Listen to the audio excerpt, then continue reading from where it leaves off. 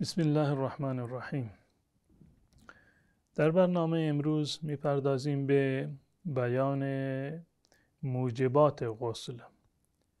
با چه کارهایی بر انسان غسل واجب می شود؟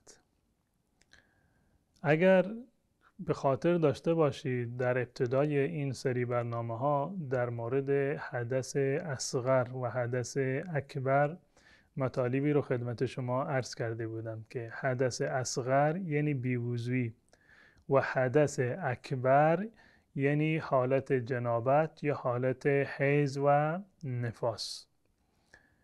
مواردی که وضو رو بر انسان واجب می کنند، چطوری وضو بگیریم، برای چه کارهایی باید وضو داشته باشیم، اینها رو قبلا خدمت شما عرض کردم. در برنامه امروز می پردازیم به موجبات غسل، یعنی کارهایی که اگر انسان این کارها رو انجام بدهد برای انسان این کارها اتفاق بیفتد، یعنی این که دچار حدث اکبر شده. حدث اکبر همان حالتی هست که برای رفع آن انسان باید تمام بدن را بشوید. تفاوتش با حدث اصغر این بود که در حدث اصغر یعنی بیوضویی فقط چند عضو بدن را می شستیم، اما در حدث اکبر حالت جنابت و حالت بعد از حیض و نفاس باید تمام بدن را بشوییم. حالا در چه صورتی انسان مسلمان باید تمام بدن را بشوید؟ به تعبیر دیگر در چه صورتی بر انسان غسل واجب می شود؟ مورد اولش که در فقه حنفی بیان شده خروج منی هست. خارج شدن منی. حالا تفاوت ندارد که این خارج شدن منی با چه کیفیتی باشد. اصل منی تعریفش مایع غلیظ و سفید رنگی هست که در هنگام شهوت و همراه با شهوت از انسان خارج می شود. غیر از این ما دو مورد دیگر داریم که به یکی گفته می شود مزی. مزی یعنی مایع شفافی که هنگام تحریک جنسی خارج می شود. مورد دیگری داریم ودی گفته می شود. ودی مایع شفافی هست که معمولاً بعد از ادرار خارج می شود. به اضافه خود ادرار، این سه مورد جز شکننده های وضو هستند، یعنی موجب غسل نیستند. با خارج شدن این سه مورد بر انسان غسل واجب نمی شود، فقط با خروج منی غسل واجب می شود. منی همون مایع غلیظ سفید رنگ و به اصطلاح دارای بویی هست که بعد از آن شهوت به صورت کلی فروکش می کند. وقتی که منی از انسان خارج شد با هر کیفیتی این یکی از موجبات غسل هست. این که عرض می کنم با هر کیفیتی یعنی این که فرض کنیم یک فردی تفاوتی ندارد که در حالت بیداری باشد یا در حالت خواب باشد. اگر کسی احتلام بشود، به تعبیر عامیانه شیطانی بشود و منی از او خارج بشود، باید غسل بکند.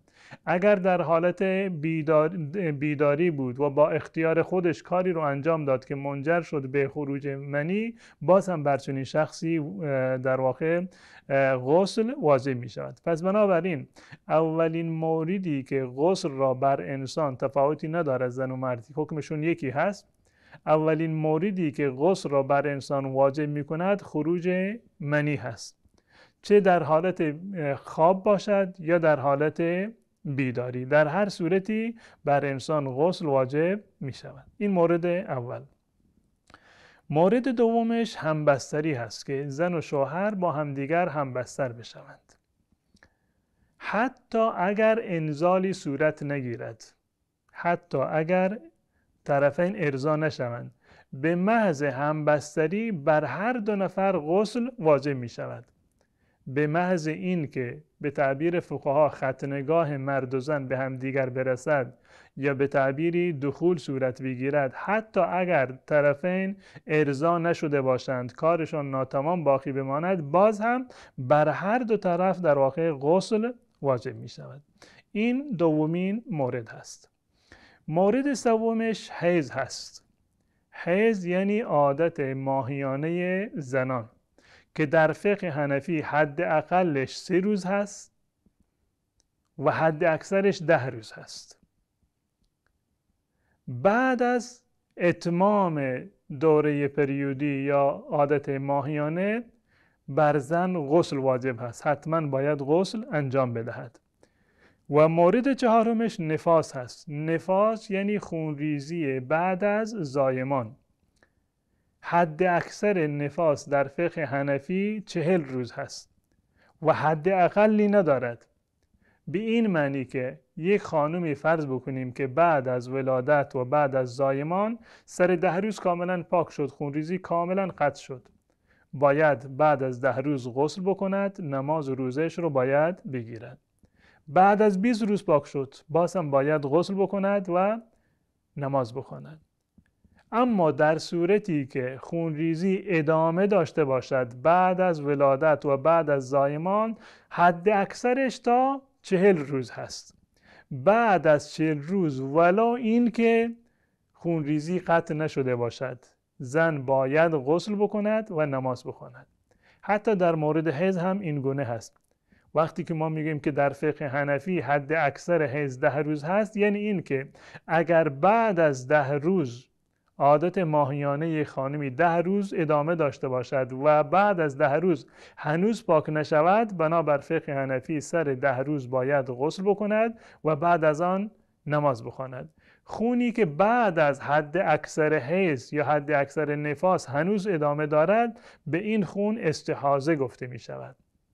یعنی این که مانع نماز و روزه نیست. با وجود این خون، زن بعد از حد اکثر حیض و حد اکثر نفاس باید غسل بکند و نماز خودش را باید به صورت کامل باید انجام بدهد و نماز بخواند. پس بنابراین موجبات غسل در مذهب حنفی 4 مورد ذکر شدند.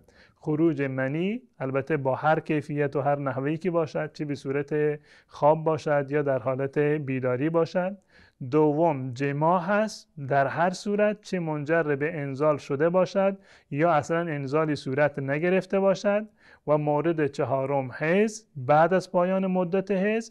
و مورد چهارم نفاس هست، یعنی بعد از خون قطع شدن خون نفاس بعد از 40 روز ولو این که خونم ادامه داشته باشد، عرض کردم که باید غسل بکند و نماز بخواند. اگر قبل از 40 روز پاک شد که در هر تاریخی و در بعد از هر چند روزی که پاک شد، حکم شرعی این است که غسل بکند و بعد از آن نماز بخواند. اینها موجبات غسل هستند، کارهایی که هر وقت که برای یک انسانی این موارد اتفاق بیفتد، از نظر شرعی دچار حدث اکبر شده و باید غسل بکند. برای طهارت و برای حصول پاکی باید غسل بکند، وگرنه نمیتواند که اعمالی را که برای آنها وضو و طهارت لازم هست، نمیتواند که این کارها را در واقع انجام بدهد. قبل از آن حتما باید غسل رو کامل بکند.